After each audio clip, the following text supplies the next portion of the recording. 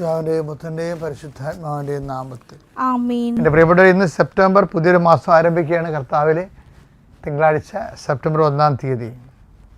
എല്ലാവർക്കും എൻ്റെ സ്നേഹവന്ദനം. നമുക്ക് അമ്മയോട് ചേർന്ന് പ്രാർത്ഥിക്കാം. അമ്മേ പരിശുദ്ധമ്മേ, അമ്മേ പരിശുദ്ധമേ, ദൈവമാതാവേ, ദൈവമാതാവേ, കൃപാസനത്തിലൂടെ ഞങ്ങൾക്കും ഞങ്ങളുടെ ദേശത്തിനും അമ്മ മധ്യസ്ഥം തേടി തന്ന എല്ലാ അനുഗ്രഹങ്ങൾക്കും കൃപകൾക്കും ഞങ്ങളിപ്പോൾ ഹൃദയം നിറഞ്ഞ നന്ദി പറയുന്നു.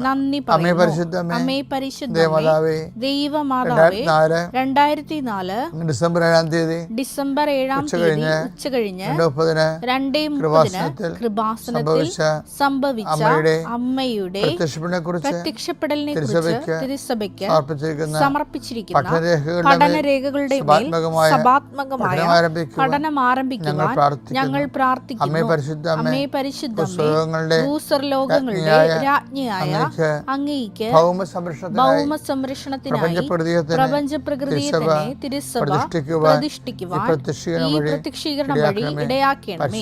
പരിശുദ്ധമ്മേ, ജപമാല മാതാവേ, സകല കൃപാസനം പ്രാർത്ഥനകളോടും ചേർത്ത് ഞങ്ങളിപ്പോൾ പ്രാർത്ഥിക്കുന്ന ഈ കുടുംബത്തിന്റെ പ്രത്യേക നിയോഗം. മക്കളെ,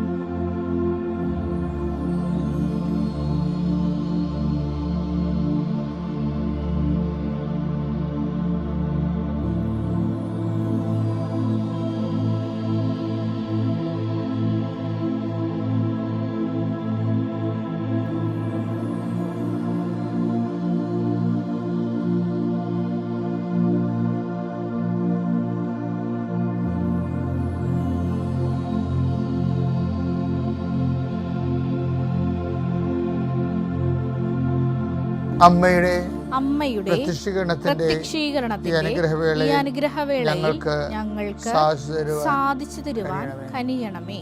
വിശ്വാസ പ്രമാണം.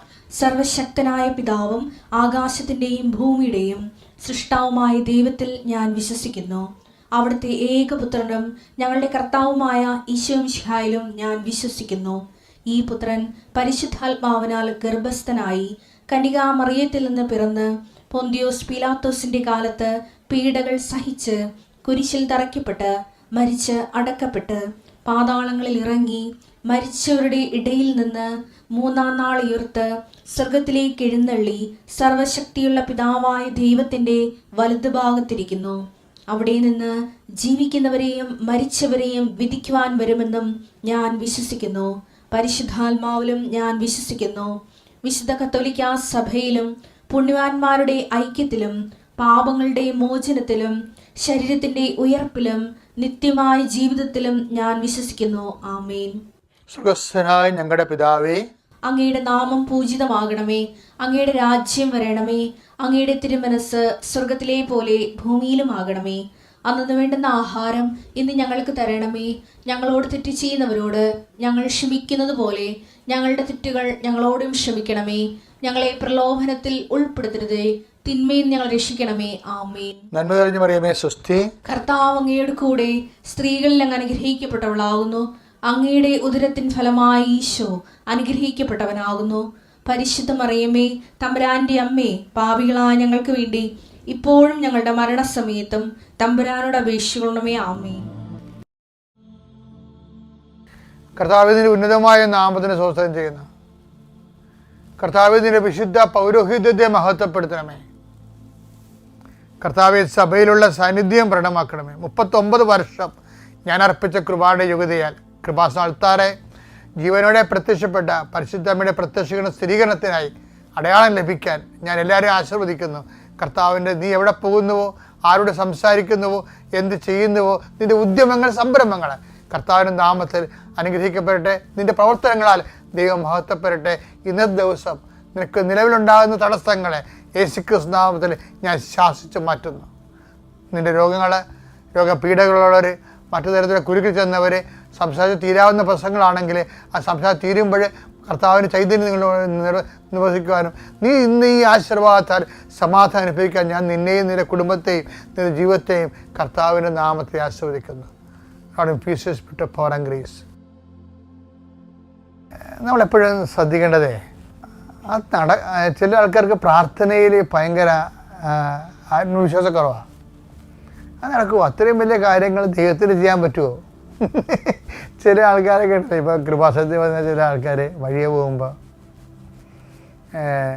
കൃപാസനത്തിൽ വരും. അപ്പോൾ അവർക്ക് തലക്കൊന്ന് പിടിക്കണം, അത്രയേ ഉള്ളൂ കാര്യങ്ങൾ.